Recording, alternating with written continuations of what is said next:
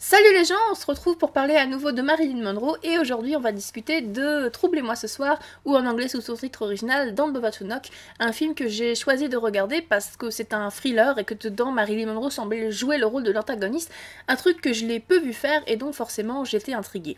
Alors l'intrigue se déroule à New York dans un hôtel et on suit plusieurs personnages, l'un d'entre eux étant Jed, et Jed il est pas ravi parce qu'il a reçu une lettre de sa petite amie qui est chanteuse dans cet hôtel et qui veut rompre avec lui sauf qu'il ne sait pas pourquoi et donc il est allé à New York pour discuter avec elle, comprendre ses raisons et si possible la faire changer d'avis.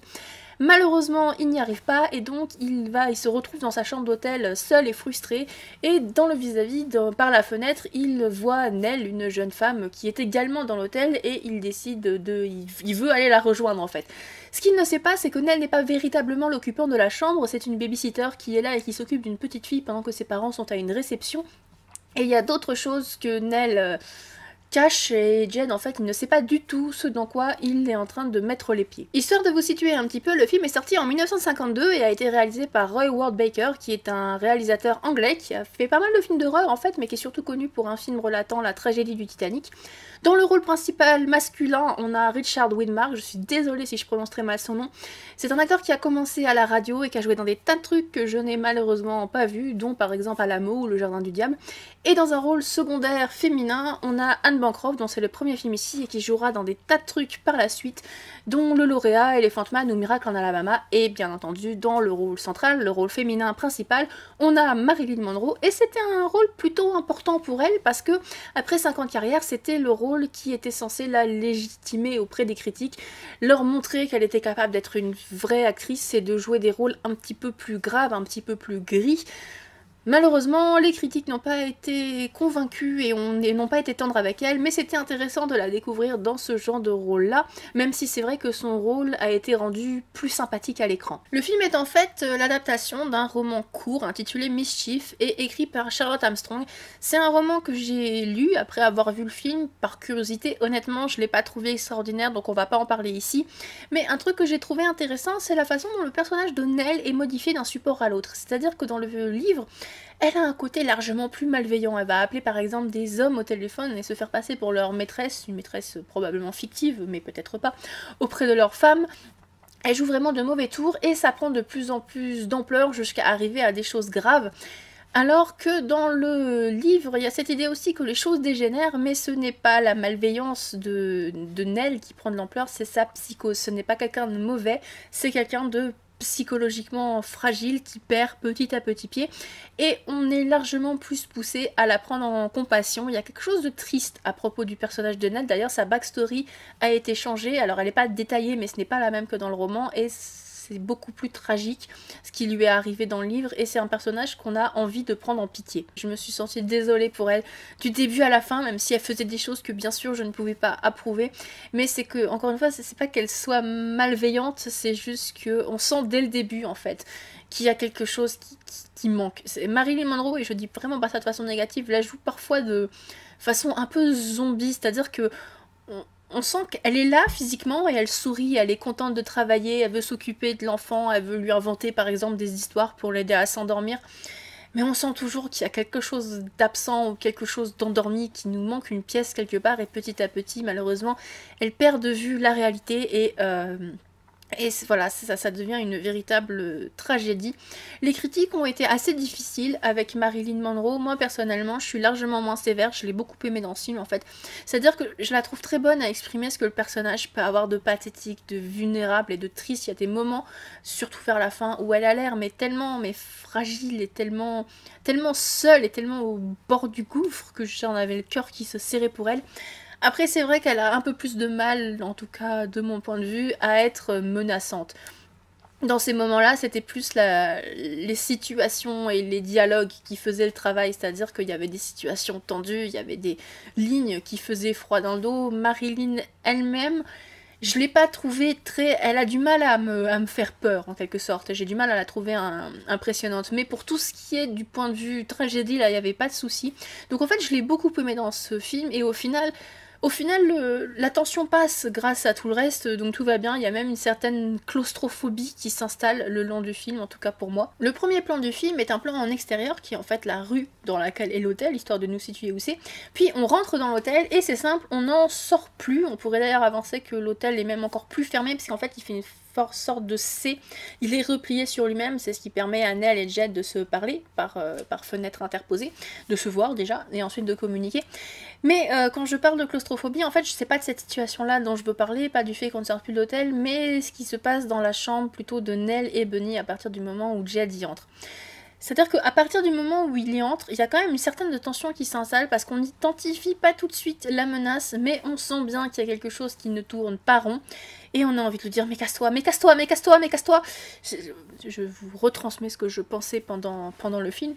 Le truc c'est que Jed est complètement piégé, c'est-à-dire que voilà, il est en fait un peu comme dans des sables mouvants, c'est-à-dire qu'il ne peut pas en sortir et à chaque fois qu'il fait un geste ou qu'il se débat, la situation empire, bref, en gros, il est dans la merde. Et voilà, et je dirais pas que le film m'a fait peur, pas du tout en fait, mais il y a quand même une certaine angoisse un petit peu.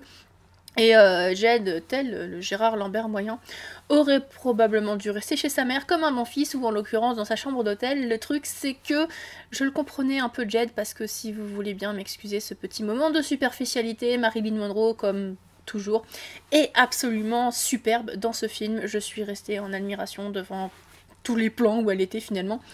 C'est pas la seule, notez bien. J'ai eu une sorte de gros coup de cœur pour Anne Bancroft. J'ai du mal honnêtement à croire que c'est son premier film. Moi ça me paraît extraordinaire. Je trouve qu'elle a vraiment une aura de vétérante, et j'adore sa robe, j'adore son visage, j'adore sa voix. J'ai aimé toutes les chansons qu'elle a jouées dedans et ça me fait de la peine de pas avoir réussi à les retrouver jouées par elle mais en format MP3. Donc si vous avez ça, n'hésitez pas.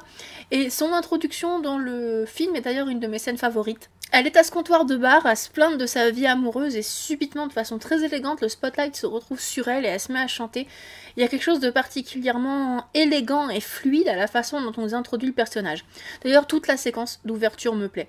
On rentre dans l'hôtel, on trouve une cliente qui se plaint au comptoir, puis un autre comptoir qui s'avère être la chanteuse, donc on suit sa voix à l'étage pour trouver Jed qui déchire la lettre qu'elle lui a envoyée.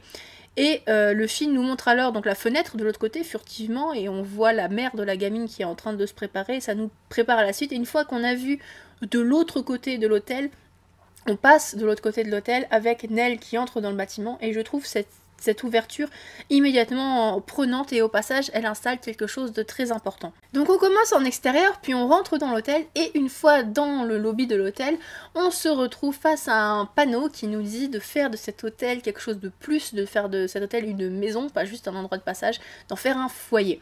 Et le long du film on rencontre divers personnages qui ont un lien avec cet hôtel et je pense que au-delà du... Alors, ils apportent tous leur pierre à l'édifice, à l'histoire, etc. Mais au-delà de ça, je pense qu'il y a une véritable intention de créer une impression de communauté entre les clients et les gens qui travaillent ici, certains depuis très longtemps, notamment l'oncle Eddie de Nell qui lui a obtenu son travail.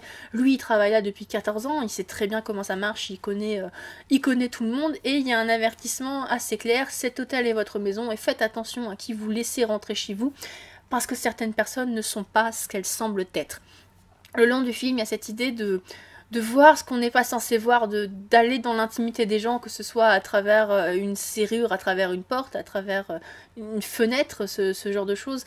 Et des fois, on va trouver des choses qui ne sont pas très plaisantes, des choses qu'on n'était pas censé voir et des choses qu'on n'avait pas envie de voir.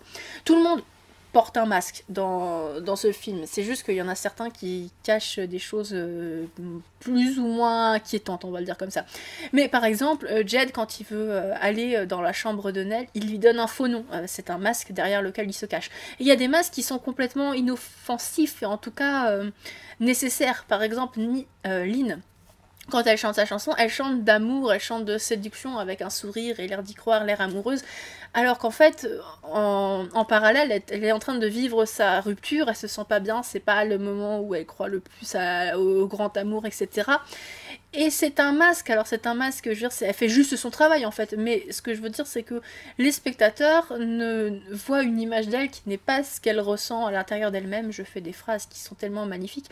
Bref, c'est un masque. Le truc c'est que voilà, il y a des gens qui, derrière leur masque, cachent des choses nettement plus lourdes et nettement plus difficiles et nettement plus tristes, et les cachent non seulement au monde extérieur, mais à eux-mêmes, ce qui peut s'avérer encore plus dangereux. Cela dit, le film essaie aussi d'avoir une morale un petit peu plus optimiste en nous disant que certes, si on creuse sous la surface des gens, on risque de trouver des choses difficiles, mais que si on les regarde avec compassion, avec bienveillance, alors peut-être qu'on en sera récompensé. Nell est clairement le personnage central du film, ne serait-ce que parce que sans elle, il n'y aurait pas d'histoire, mais on suit également de très près l'évolution de Jed, le personnage principal masculin, qui a donc été largué par sa petite amie qui lui reproche d'être trop dur, d'être trop froid, de juger les gens mais sans compassion, de ne pas avoir un cœur compréhensif. Et Don't Bother to Knock, dans l'ensemble, c'est un thriller essentiellement. Pour Nell, c'est une tragédie. Pour Jed, ça pourrait être une histoire de rédemption parce que le long du film, on voit qu'il commence à comprendre Nell et à la regarder avec plus de compassion.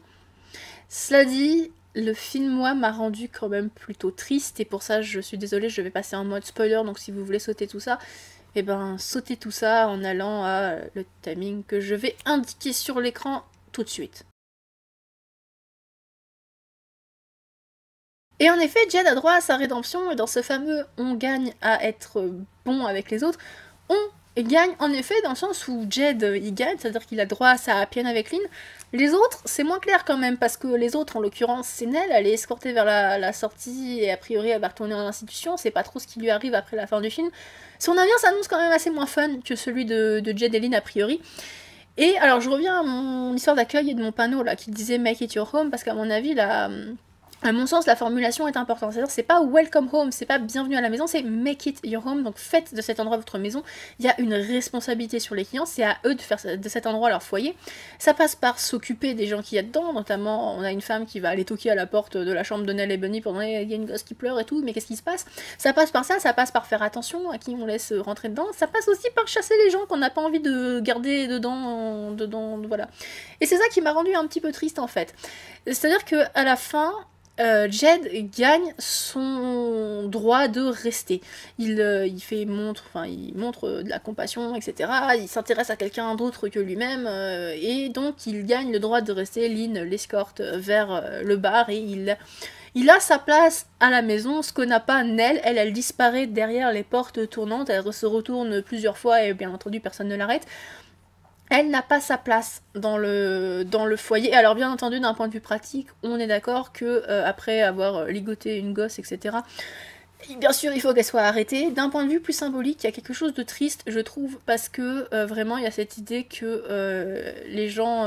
Enfin voilà, il y a certaines personnes qui n'ont pas leur place dans cette maison-là, et que peut-être dans ce « on gagne à être bon avec les autres », j'ai eu cette impression désagréable que le film me laissait sur un...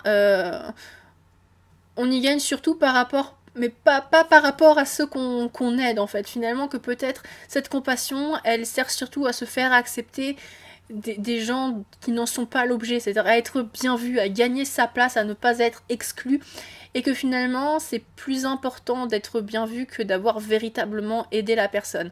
Je sais pas, j'interprète peut-être, voire probablement, ce film complètement de travers, mais ça m'a laissé une drôle d'impression, et j'ai trouvé ça assez triste. Histoire de rajouter quelque chose vite fait, en fait, je pense que j'aurais trouvé ça probablement moins triste si Jed et Lynn avaient suivi Nell dehors, s'ils l'avaient accompagnée en disant bon, on va pas te... Enfin voilà, on va t'accompagner, on va faire le truc jusqu'au bout. Là, en l'occurrence, j'ai eu l'impression un petit peu quand même qu'une fois qu'elle avait disparu derrière les portes tournantes, c'était un peu bon bah c'est plus notre problème, on va aller vivre notre happy end, viens je te paye un verre. Voilà. J'arrête la partie spoiler.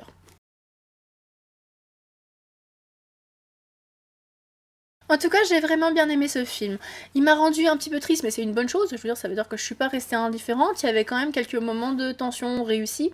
J'ai beaucoup aimé Marilyn Monroe dedans, j'ai beaucoup aimé Anne Bancroft, j'ai bien aimé Richard Widmark aussi. Bref, j'ai bien apprécié ce film, j'ai passé un bon moment devant. Ça n'a pas été le coup de cœur de l'année, mais franchement, Don't Bother to Knock ou Troublez-moi ce soir, c'était cool, et donc je vous conseille quand même d'y jeter un œil.